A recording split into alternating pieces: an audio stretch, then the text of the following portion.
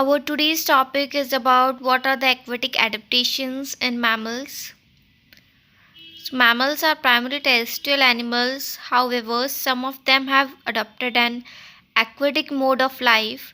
The aquatic mammals have evolved from the terrestrial mammals, and the adaptations or the specializations of truly aquatic mammals are divided into three main categories.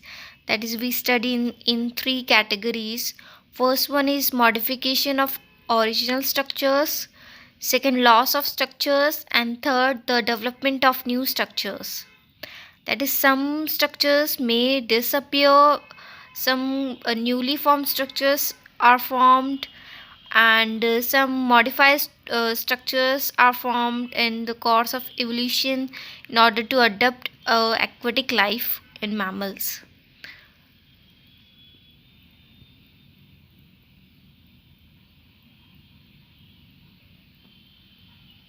So first we start with modification of original structures. Some structures are modified just to adapt the aquatic lifestyle. First one is body shape.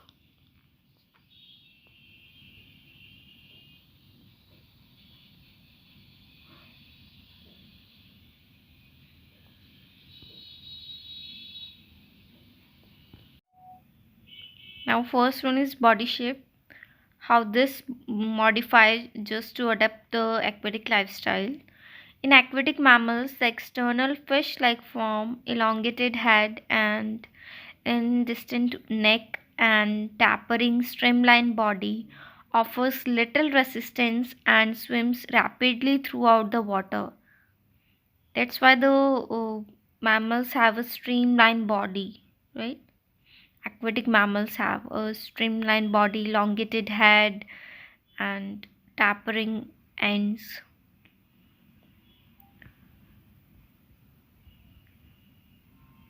Second is large size and weight. Large size reduces skin friction and loss of heat. That's why the aquatic mammals are of heavy weight. Third, modification and flippers, right? In aquatic mammals, the forelimbs are transformed into skin-covered, unjointed paddles or flippers. The broad and flattened paddles or flippers serve as balancers and provide stability during swimming.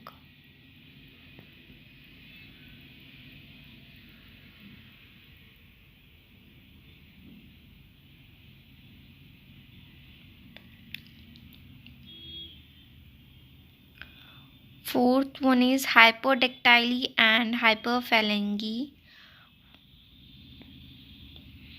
That is the appearance of extra digits, and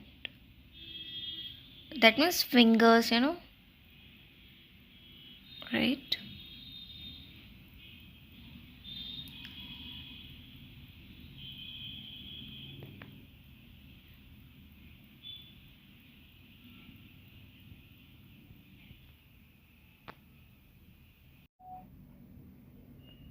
Now, fourth point was hypodactyly and hyperphalangy. In aquatic mammals, extra digits, that is hypodactyly, and extra phalanges, up to 14 or more in some forms, serve to increase the surface area of flippers for greater utility for swimming in water. Basically, these are the adaptations that mammals are adapted to aquatic life that help to survive the mammals in aquatic life. Fifth is high and volvular nostrils. The nostrils can also be closed by valves during diving underwater. That is the presence of valves, in nostrils, so that they can close during diving underwater.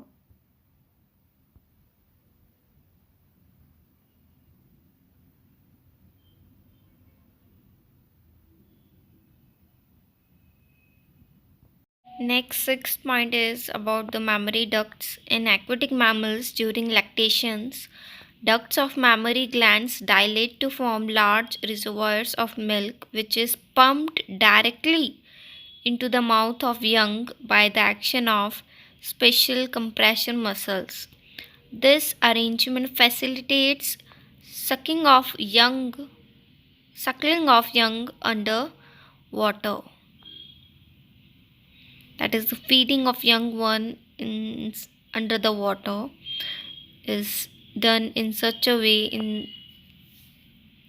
that is directly into the mouth of the young by the action of special compression muscles.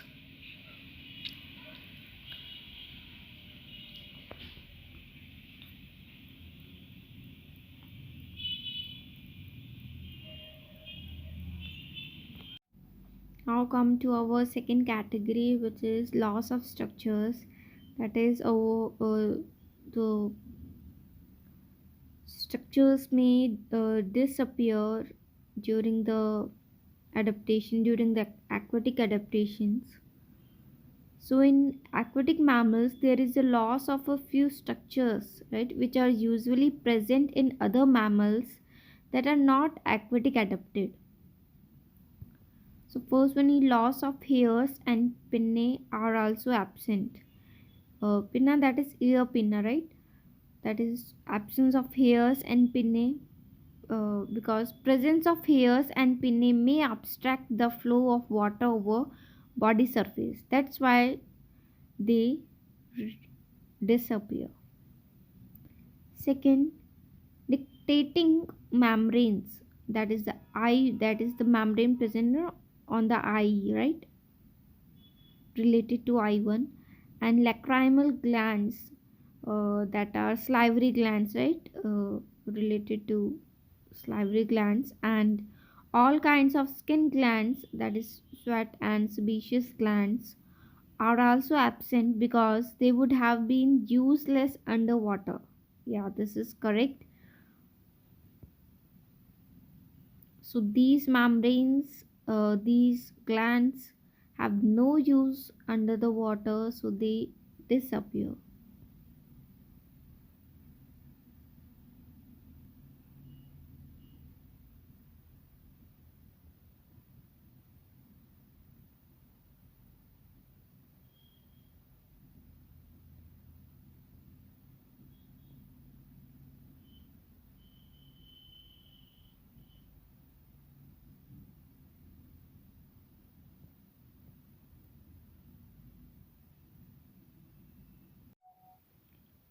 Other structures which disappear, like skin loses its muscles and nerves due to thickening and immobility. Hind limbs disappear in the adult. Pelvis is also rudimentary. Fingernails are absent except for traces in fetus. Scrotal sacs are also absent and testes remain inside abdomen. So these are the structures which appears because they have no use inside the water. Now come to the third category, which is development of new structures. What are the structures that appear just because to adapt in aquatic life?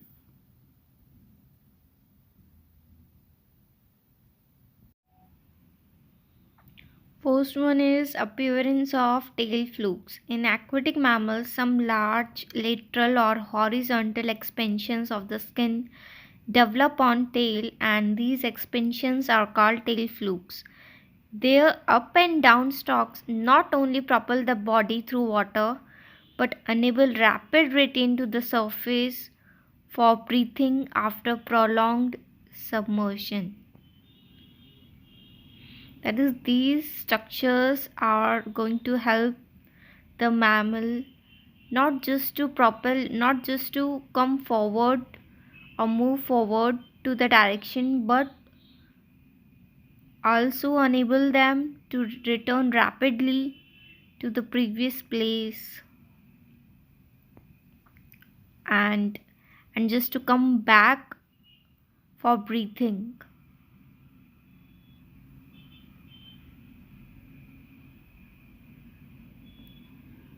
Second, dorsal fin. It serves as a rudder or a keel during swimming.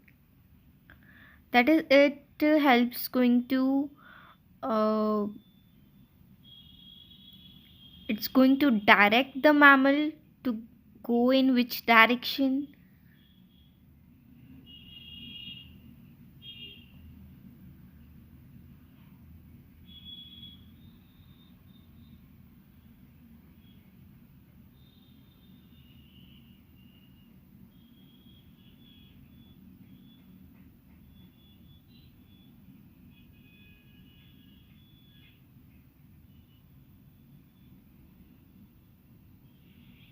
Third one is blubber. In aquatic mammals, the blubber is the thick subcutaneous layer of fat. Yeah, it is also very necessary.